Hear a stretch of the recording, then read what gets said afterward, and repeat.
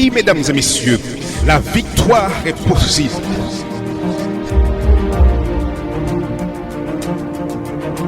Ne perdez pas espoir.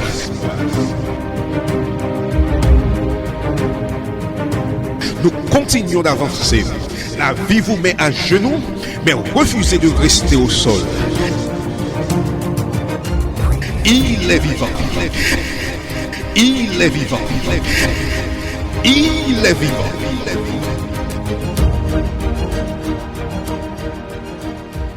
Mesdames et messieurs, RJV vous présente votre conférence biblique Voici ton Dieu.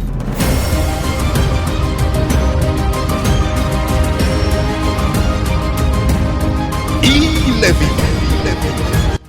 Chers amis auditeurs, bonjour. Notre sujet d'étude pour aujourd'hui est titré « La croix du Christ, une source de salut ».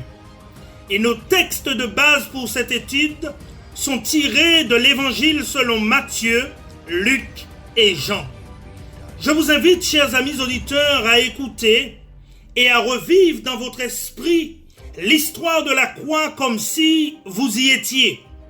Pour cela, je vous lirai une compilation des scènes de la croix sélectionnées dans l'évangile de Matthieu, Luc et Jean. Et ensuite, nous reviendrons au texte biblique, verset par verset, pour comprendre ce qui s'est passé à la croix quand Jésus est mort. Mais avant de faire cela, je vous invite à prier avec moi. Seigneur, révèle à notre esprit la vérité de la croix, afin que ton nom soit glorifié aux yeux de ton peuple. Nous t'en prions au nom de Jésus. Amen.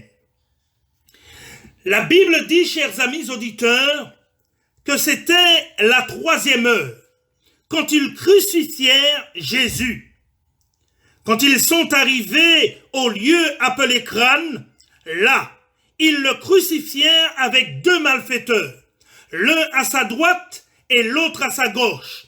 Jésus dit, « Père, pardonne-leur, car ils ne savent pas ce qu'ils font. » Voyant sa mère et avec elle le disciple qu'il aimait, il dit à sa mère, « Femme, voici ton fils. » Puis il dit au disciple qu'il aimait, « Voici ta mère. » L'un des malfaiteurs qui était crucifié avec lui l'insultait, disant, « Si tu es le Christ, sauve-toi toi-même et sauve-nous. » Mais l'autre le reprenait en disant, « Ne crains-tu pas Dieu, toi qui subis la même condamnation?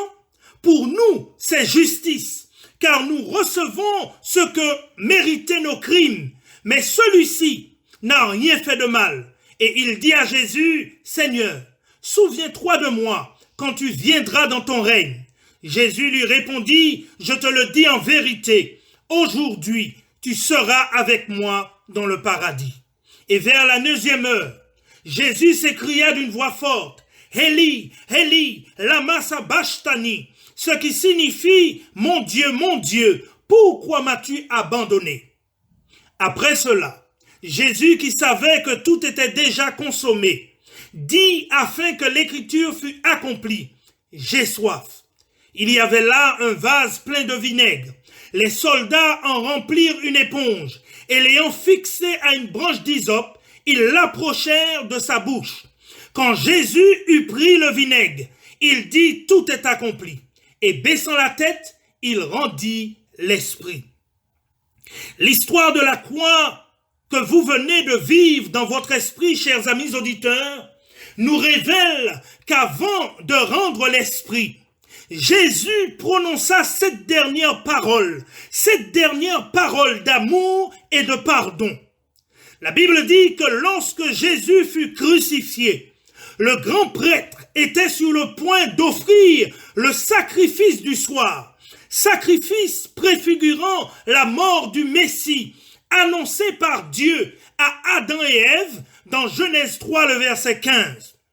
Il était sur le point d'offrir le sacrifice, préfigurant la mort du Messie à venir, alors que Jésus, le véritable Messie, Jésus, l'agneau de Dieu, qui ôte le péché du monde, était crucifié sur la croix à Golgotha par ceux qui étaient censés le recevoir par ceux qu'il était venu sauver.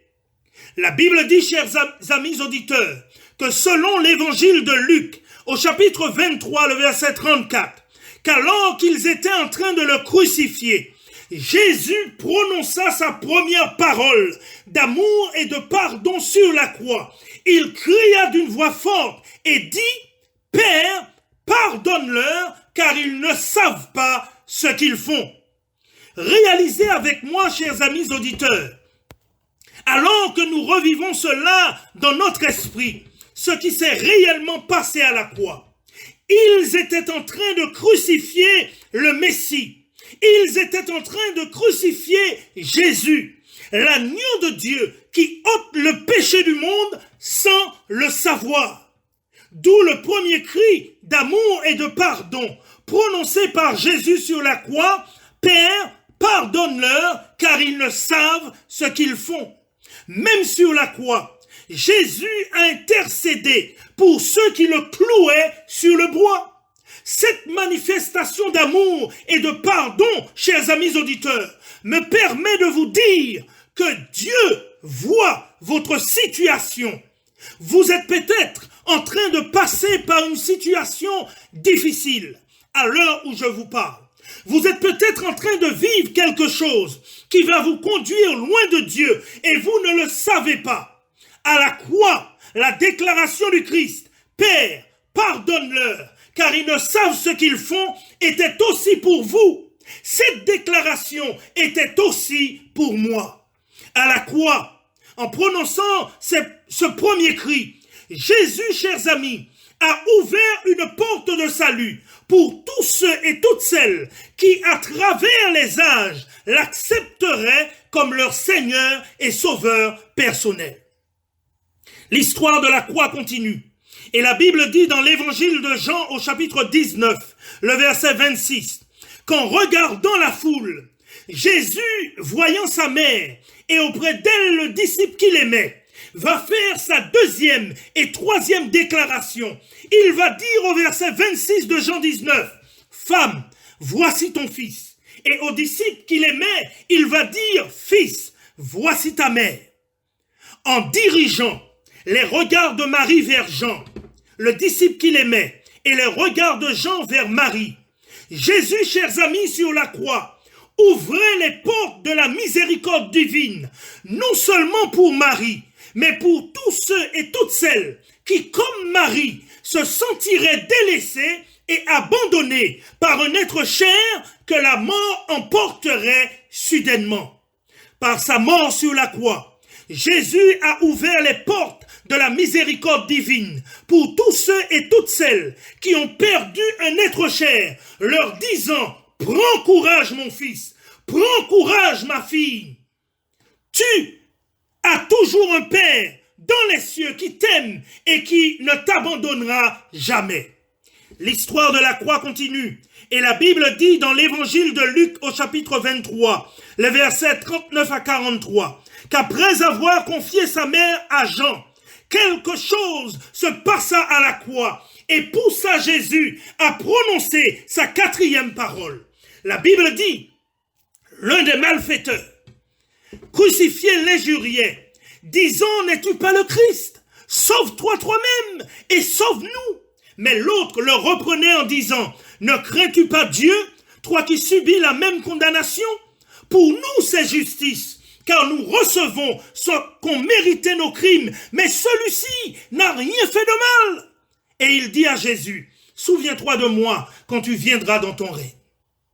Jésus lui répondit, je te le dis en vérité, aujourd'hui tu seras avec moi dans le paradis. Chers amis auditeurs, même là, sur la croix, Jésus a pris le temps pour offrir le salut à un pécheur repentant.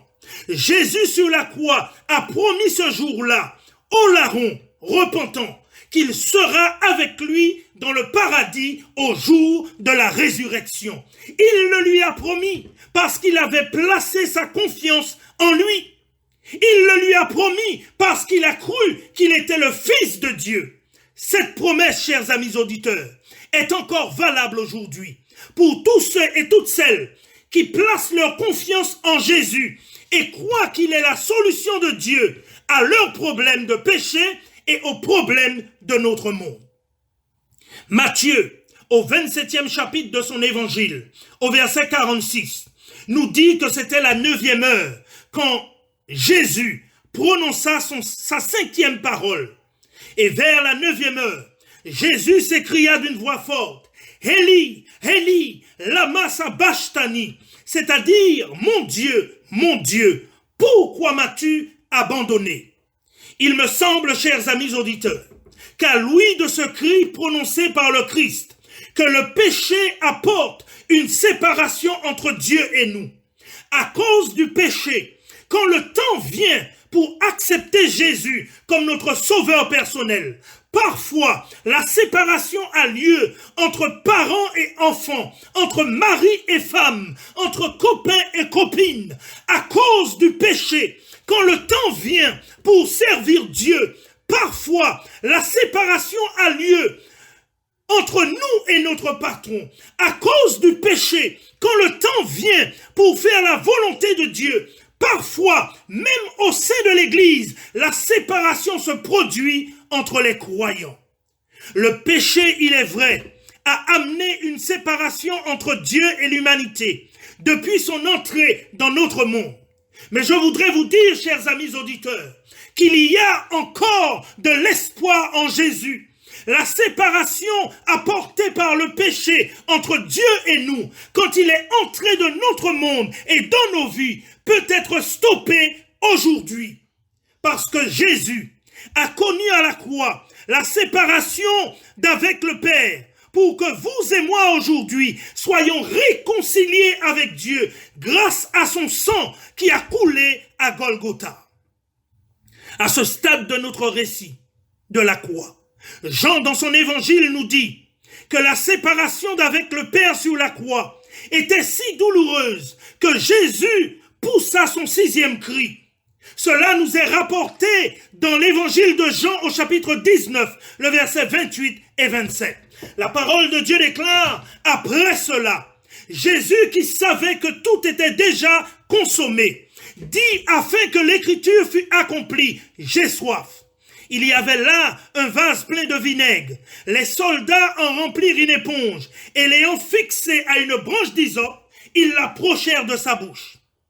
Christ, chers amis auditeurs, a connu la soif physique pour que vous et moi aujourd'hui, qui avons soif de la vie, puissent étancher notre soif à la source d'eau vive qui coule de son côté, qui coula de son côté à la croix du Calvaire et qui coule encore aujourd'hui jusque dans l'éternité.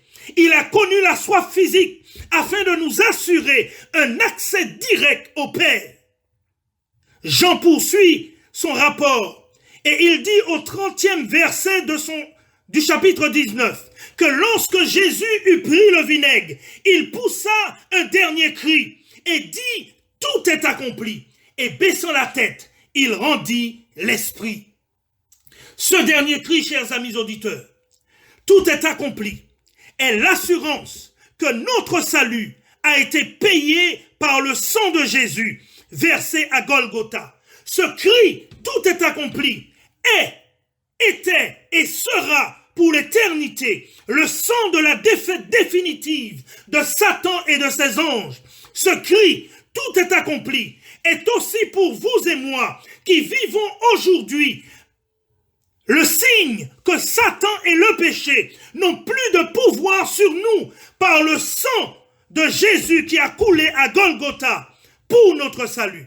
Ce cri « Tout est accompli » a scellé le contrat de notre rachat avec le sang de Jésus-Christ.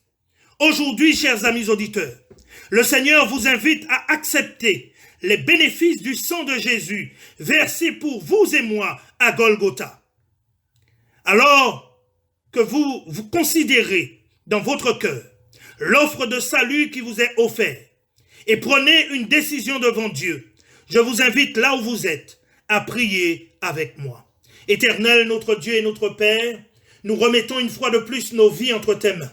Que le sang du Christ coulé à la croix du Calvaire soit encore bénéfique aujourd'hui pour nous sauver. Nous t'en prions Au nom de Jésus, Amen. C'était votre conférence biblique Voici ton Dieu. Si vous avez besoin d'un éclairage, si vous voulez connaître davantage, si vous avez une question, l'équipe Voici ton Dieu est à votre disposition. N'hésitez pas à nous contacter par WhatsApp ou SMS au 06 94 233 352 06 94 233 352 ou alors par mail à evangiledevie.bible@gmail.com evangiledevie.bible@gmail.com. Nous vous remercions de votre écoute et à bientôt sur RJV. Tout est noir autour de toi, tu cherches ton chemin. Le cœur brisé, déchiré et découragé. Je sais ce n'est pas facile, je comprends ce que tu vis. Tu te crois abandonné à combattre une armée. Dieu a un plan pour toi, Dieu a un plan. Son amour est pur, son cœur est bon, et souviens-toi toujours